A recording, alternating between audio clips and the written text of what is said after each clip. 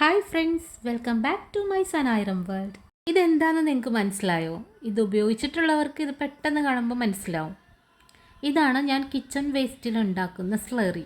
Kitchen വേസ്റ്റിന് ഇത്രയും slurry എങ്ങനെ വരുമെന്ന് നിങ്ങൾ വിചാരിക്കുമോ അല്ലേ? ഇത്രയും സ്ലറി അല്ല കേട്ടോ വന്നത്. ഇപ്പോൾ ഞാൻ ഇതിലേക്ക് വെള്ളം ചേർത്തെടുത്തേക്കുന്നതാണ്.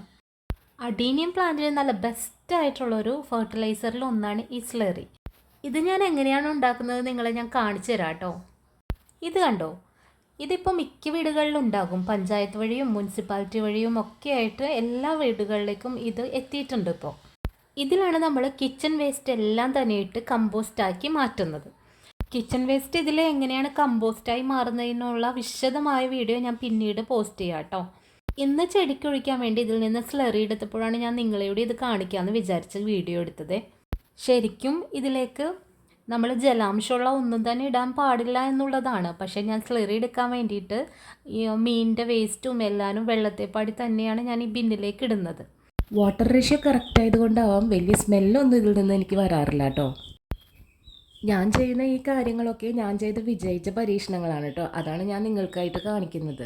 കൃഷിയോട് താല്പര്യമുള്ള എല്ലാവരും അവനവൻ്റേതായ എന്തെങ്കിലുമൊക്കെ ഒരു മെത്തേഡ് കണ്ടുപിടിച്ചിട്ടുണ്ടാവും അല്ലേ? ഈ ഒരു സ്ലറിയിൽ പ്ലാന്റിന് ആവശ്യമായ എല്ലാ ന്യൂട്രിയൻസും അടങ്ങിയിട്ടുണ്ട്. ഇനി ഇതിൻ്റെ ഉപയോഗക്രമം കാണിക്കാം. ഈ ഒരു ചെറിയ പെയിൻറ്റ് ടിന്നിൽ ഒരു പെയിൻറ്റ് ടിൻ സ്ലറി എടുത്തിട്ട് നമ്മൾ ഈ പൂവാലിയിലേക്ക് ഒഴിച്ചു. ഇതിൻ്റെ 5 ഇരട്ടിയാണ് വെള്ളം ചേർക്കേണ്ടത് കേട്ടോ. വെള്ളം കൂടിപ്പോയാലും ഒരിക്കലും കുറഞ്ഞു പോകരുത്. ഈ സ്ലറി ഭയങ്കര സ്ട്രോങ് ആണ്, അതുകൊണ്ട് ഒരിക്കലും നേരിട്ട് ചെടിയിൽ ഒഴിക്കരുത്. വെള്ളം ഒഴിച്ച് നന്നായി ഡൈല്യൂട്ട് ചെയ്തിട്ടാണ് ഉപയോഗിക്കാൻ.